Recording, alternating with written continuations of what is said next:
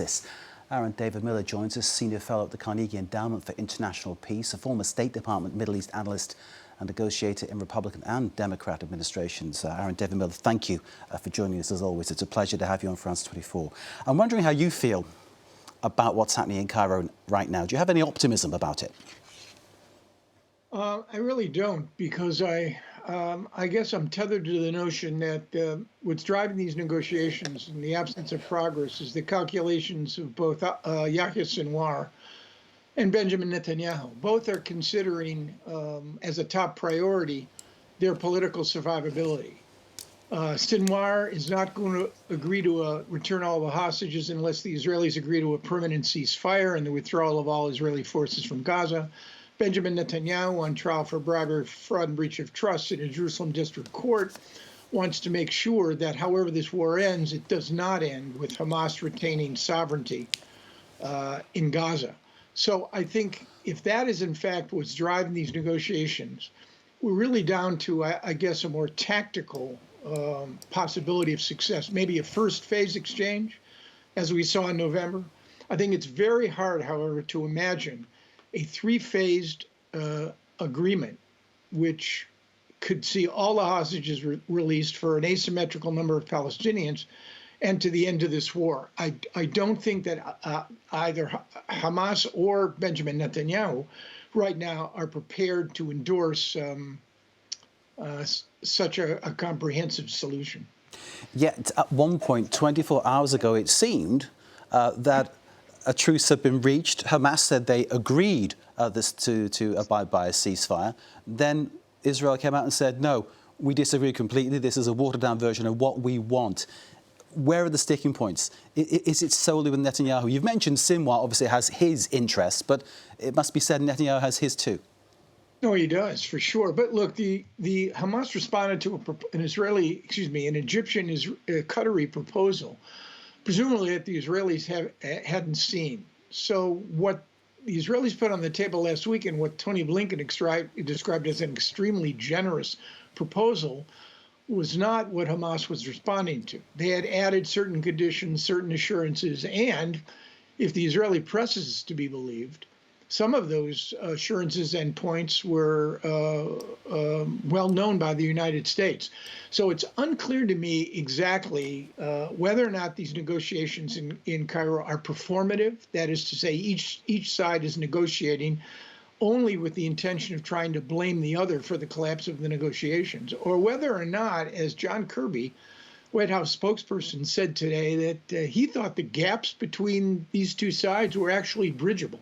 So it's really hard to know, given the fact that these negotiations are so opaque, what the real state of play is. It sounds to me, pardon my metaphor I'm going to use because it's a very simple one. It sounds to me what you're saying is that it's like you have two teams here playing each other, but they're on different sports fields.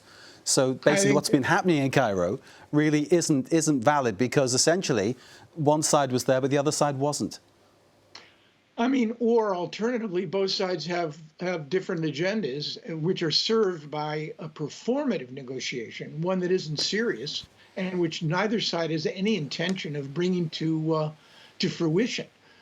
That's not why negotiations succeed. They succeed when there is a sense of urgency, there is sufficient pain and prospects of gain, and when both sides can walk away from the table feeling that they've actually achieved something. It's really hard for me to imagine, under these circumstances, a win-win right now for both.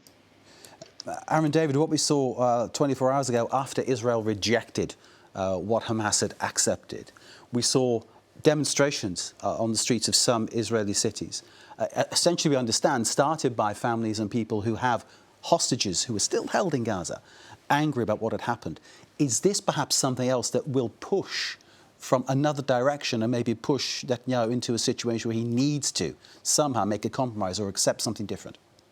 I mean, it will push. There's no doubt there's pressure. It's not just from the families. The fact is the redemption of these Israelis, among them 4, 5, 6 dual nationals, American citizens, is a national mission for the state of Israel. It's always been that way, to bring people back from the battlefield.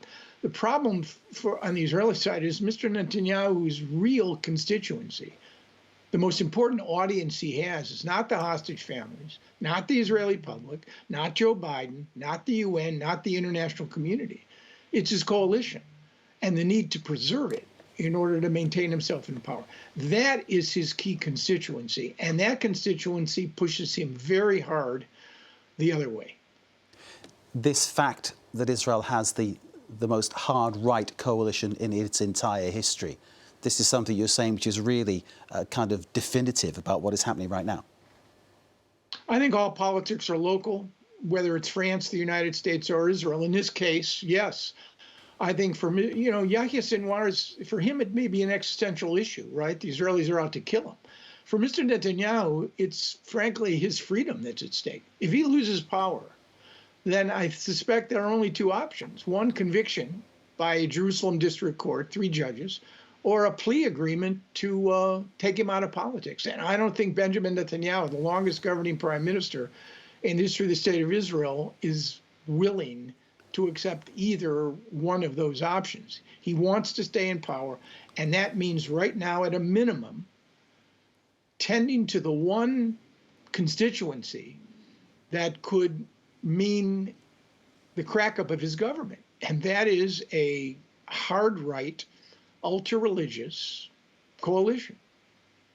The United States, Aaron David, has put pressure on Netanyahu not to go into Rafah, and yet here we are. Israeli troops rolling into Rafah. How is this going to play between Washington and Israel? I think you already have a crisis of confidence between Netanyahu and the president. But as you know, when it comes to the U.S.-Israeli relationship, red lines, and Rafah appear to be a red line for the president. Red lines have a way of turning pink. So the reality is, if in fact the Israelis contain their operation to what we're seeing right now, which is limited incursions designed to seize, in this case, the Palestinian side of the Rafah crossing, and deal with the tunnel structure that links Rafah to Sinai, through which much of the smuggling, arms shipments occur, then I think the Americans may well complain, but they will acquiesce.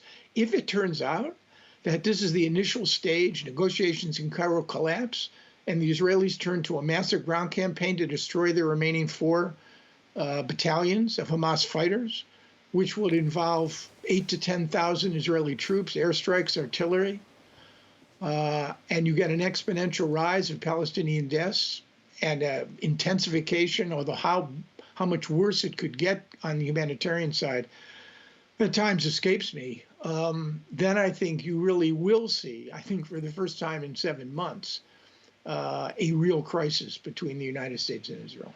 Aaron David, we're out of time, but I need to ask you before we leave, because we value your wise counsel. What would you do facing this situation? You've negotiated on many big issues. What would you be looking for? Is there one particular thing you'd go in there and ask for?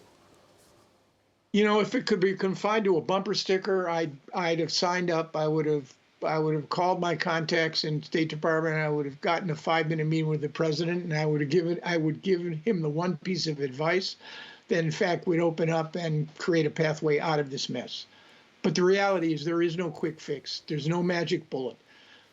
What has to happen is an Israeli-Hamas deal that opens up space, frees hostages, de-escalates Israeli military activity, surges humanitarian assistance into Gaza, temporary 6-week, even if it's temporary, because the administration and others can build on that, could try to turn 6 weeks into 6 months and break the battlefield dynamic that has governed this Israel-Hamas war since October 7. That's the key to this. How you get both parties to actually agree, that's the key. And I wish, as soon as I got done talking to you, I'd be on the phone if I had a compelling explanation and a solution to how to make that happen. Aaron David Miller, Senior Fellow at the Carnegie Endowment for International Peace, former State Department Middle East Analyst and Negotiator. Thank you, sir, for sharing your thoughts with us here on France 24. We appreciate your time, sir. Thank you. Aaron David Miller. That's our